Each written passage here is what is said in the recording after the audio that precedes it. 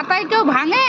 হ্যাঁ, তবে তো খেতে স্বাদ লাগবে। এতে ভাঙলেই তো ভালো, যাতে ভাঙবে, হাতে বড়ি দেবে, কাটবে। তোমার মতো মানুষ এখনকার দিনে আর পাওয়া যায় না, বুঝেছো? সেই কালারই মানুষ, ওর জন্য আমার এগুলো ভালো লাগে, এর জন্য। সবাই এখন পয়সা দিয়ে কলে নিয়ে গিয়ে ভাঙিয়ে নিয়ে আসে, আর তুমি বসে বসে জাতায় ডাল ভাঙাচ্ছ।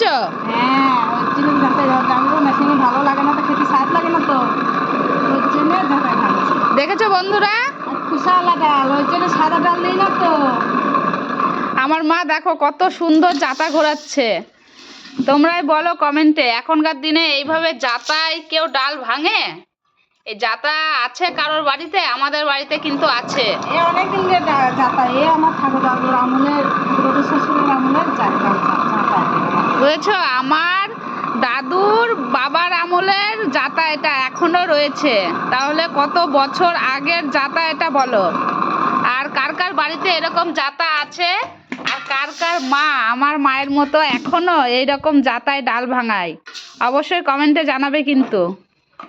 দেখো কত সুন্দরভাবে ঘোরাচ্ছে, দেখেছো? আর কত সুন্দরভাবে ডালগুলো সব ভাঙা হয়ে যাচ্ছে।